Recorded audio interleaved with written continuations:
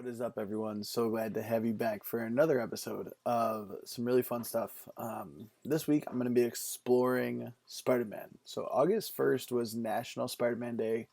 August is when Spider-Man first was introduced to us by Stan Lee and his creative team at Marvel.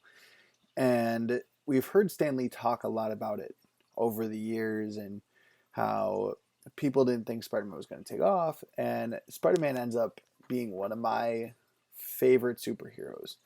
On this tattoo that I got, I'm actually going to expand it coming up this way. And we're thinking of doing like some spider webs and spider themed logos to represent each person of my family. My son, my daughter, my wife is over here, and just kind of come up through here and then have a Spider-Man, Venom, cosmic style tattoo up here. I'm going to get into that more in another video. But Spider-Man is just one of my all-time favorite heroes. You guys can tell that from the logo that I had created and from the logo that I even created very early on. And this is something that I would love to see in the MCU at some point. I think we're a little far off from it. I don't think that it's going to be one of those things that happens right away. And also, I'm not sure if it's ever going to happen. But I would love to see this happen in the MCU. So this is a little bit of spec, but more just what would be really funny and really amazing to kind of play with and see and just go in a ton of different directions with. It would be absolutely hilarious. It would be definitely a comedy.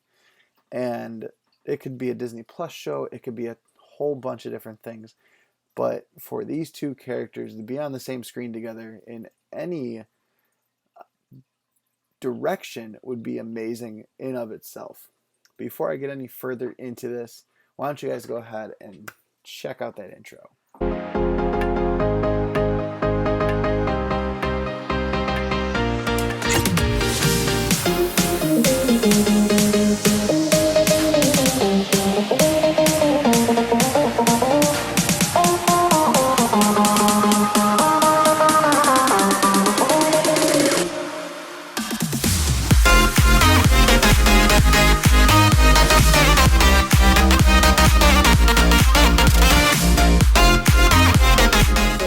These two characters that I'm talking about obviously are Spider-Man and Deadpool.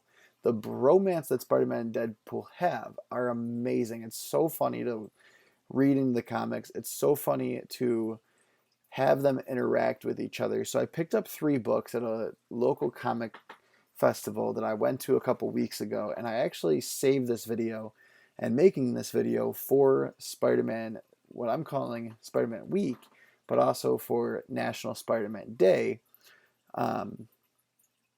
And here's the 3 books. So I do have more than this in my collection, but these were ones that are kind of just like gap fillers, really cool covers.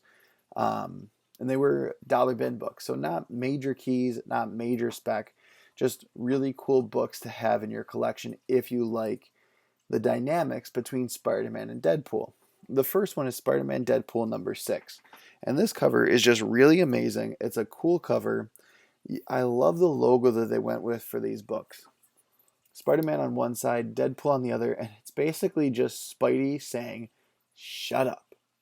And these two characters blend perfectly because they're both quippy, they're both smartasses, they're both just absolutely funny as can be. Deadpool's obviously a very R-rated character, and Spider-Man's a pretty PG-13 character. Still closer to PG than 13, but definitely not an R character.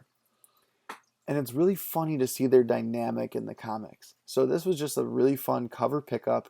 It's going to be a fun read when I do get around to reading it. But definitely just all around, this would be so much fun to watch this actually happen. Watch this cover come to life on the big screen. The next one is a team up. It's Deadpool and Spidey fighting side by side. They're fighting villains and they're just going at them and having a ton of fun doing it. You can see the anger on their face, but also you know that Deadpool is fun when he is beating someone up. You know that Spidey doesn't enjoy beating people up, but does like defeating bad guys. He likes fighting for the little guy. So as he's destroying, and Deadpool's destroying these henchmen, this is just a really cool cover. And I do like that Spidey's face pretty much stays the same, and Deadpool's kind of gets changed depending on the theme and attitude and feeling of the cover. So if you look at this cover, Spider-Man number 8, Spider-Man Deadpool number 8, I should say. Spidey is a little bit more wide-eyed, but Deadpool is very angry-eyed in that logo. And again, a very awesome action scene. It's really well done.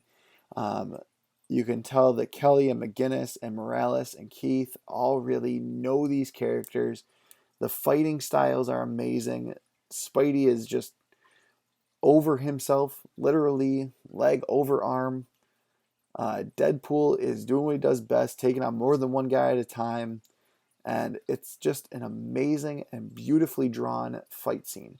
The choreography is there. Everything is there. Again, something that would be amazing to see is Spider-Man and Deadpool not only being quippy side by side, but fighting side by side. And the last book, one that I found really interesting.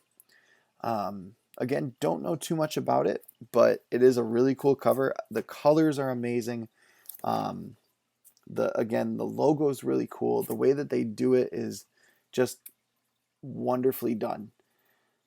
And it's Spider-Man and Deadpool issue number 9. And this cover is just, again, the colors on it, the blues, the reds, the blacks, the web, the everything that's going on is just crazy. So you kind of see Spider-Man Deadpool wrapped up by a spider. And a humanoid spider, I should say.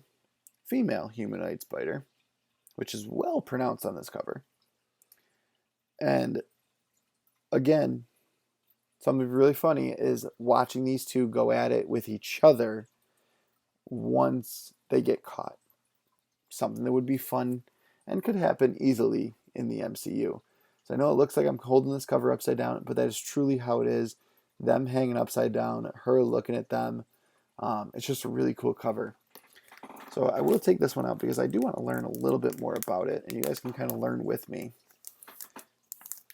Again, this was just to kind of fill gaps in this collection of Spider-Man Deadpool stuff that I have. It's Itsy Bitsy Part 1. So we get to see Itsy Bitsy for the first time, and it's a really interesting character. So she's actually a hybrid of Deadpool and Spider-Man. They're both genetic donors to this character. And that's why throughout the story, she keeps calling them Daddy. And it's interesting. So she has 6 eyes, 8 legs, 3 fingers on each hand. Her abilities include wall crawling, organic webbing, enhanced agility, and enhanced strength. Of course, she has a spider sense, a regenerative healing factor, just like Deadpool. Where it gets interesting is that she has corrosive spit, so she can generate a corrosive substance that is capable of disintegrating clothes on contact. And this pheromone secretion can actually, if she comes in close enough contact with Spider-Man, can throw him into a blind rage. So this is a very interesting character. It is her first appearance. So this is a minor key. If they do anything more with Deadpool and Spider-Man, this could easily be adapted in some way, shape, or form to be in the MCU. Again, very minor key. It is a first appearance, but who knows? This could be something more. It could be something that doesn't take off. And it is a pretty high-rated book. This is definitely a high-grade copy.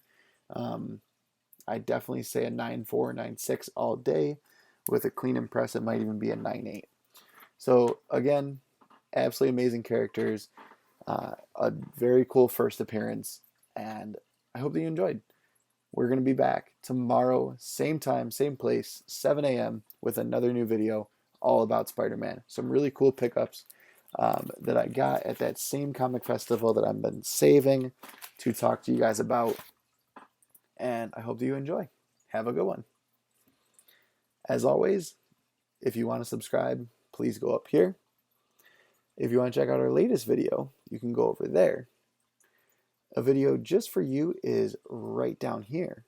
And then what we've been working on lately is promoting some creators, and that video is right over here. Enjoy.